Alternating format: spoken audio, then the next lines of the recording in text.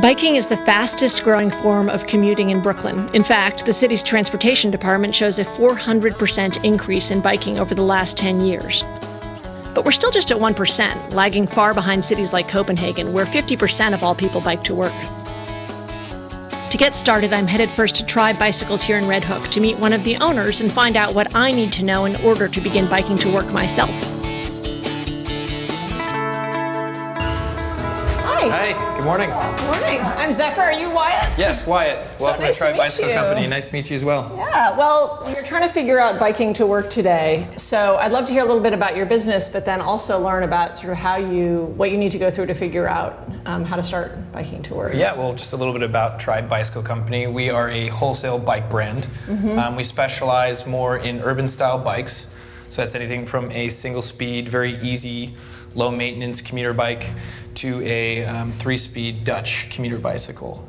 We focus more on urban markets, and we wholesale to bike shops across the United States. Yeah, and I guess you don't have direct clients, but do your bikes end up being used by bike messengers as well? Absolutely, that's kind of some of the market that we cater to. And we also sponsor a lot of New York City bike messengers. It works in many ways. One, they get a bicycle which they can ride around, and we support that community. And two, it's great marketing for us because they get to ride our bikes around the streets. One of the things that I learned this morning is there is a gender difference in who's biking to work. Do you see that, and how do you see sort of bike design shifting to accommodate that? Sure, yeah. I mean, I actually see more and more women biking to work, and I see more and more women cycling. And it's actually something interesting that we've learned is that in our market, it's I think a little bit over 50% women. Oh, that is interesting. Which has changed the way that we've styled bikes and changed the way that we've built bikes. But yeah, certainly like a bike like this, for example, is built in this way so that it allows a woman who's riding with a skirt or a dress to ride comfortably to work versus a bike like this where you have a flat top bar, right? Which is a little bit more revealing and not as comfortable for most women. And it also limits their outfit choices. Yeah. So having something like this or having something with a angled top tube just makes it more comfortable, and it's designed specifically for women. Yeah, well, okay, so as a woman interested in biking to work who I have to wear professional clothes, I often wear dresses and skirts, I want to start biking to work. What are the steps? Well, first of all, you'd have to get fitted for a bicycle. Okay. So fitting is typically based upon your height. So basically when I stand over the bike, I want to be comfortable. I don't want the top tube to be too high, and I don't want it to be too low, because that's going to dictate my saddle height. Besides getting fitted and picking the bike, what are the other basics that you need to have to start biking to work?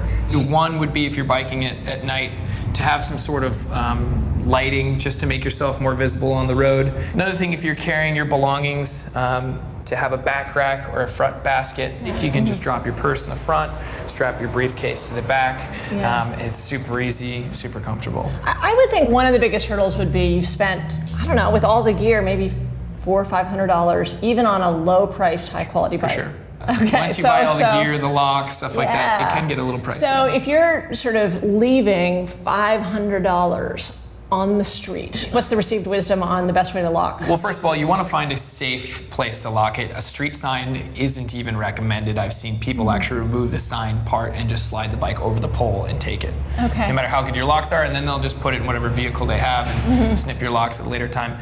It's good to find something like a bike rack where you see other bikes, and find a way to take, for instance, a U-lock and slide it through the wheel and the frame, and then lock it in place, and then find another kind of cord or cable so that you have two locking mechanisms, and then you could, for instance, take this, put it through the two wheels, and then wrap it around a pole again. That's just making the process of stealing your bike all the more difficult. They're gonna have to go through two different locks. It's gonna take them a lot of time, make them more visible, and hopefully somebody would say something if they actually see them. I hope so. But I think it's safe, and I think that due to all the bike lanes that they've built, Brooklyn, for example, has become a very safe place to bike and a very biker-friendly community. Well, this is great information, Wyatt. I really appreciate it, but I think I'm ready to go bike to work. Yeah, let's get you out on the road. Here you go, let me get the door for you. Thank you.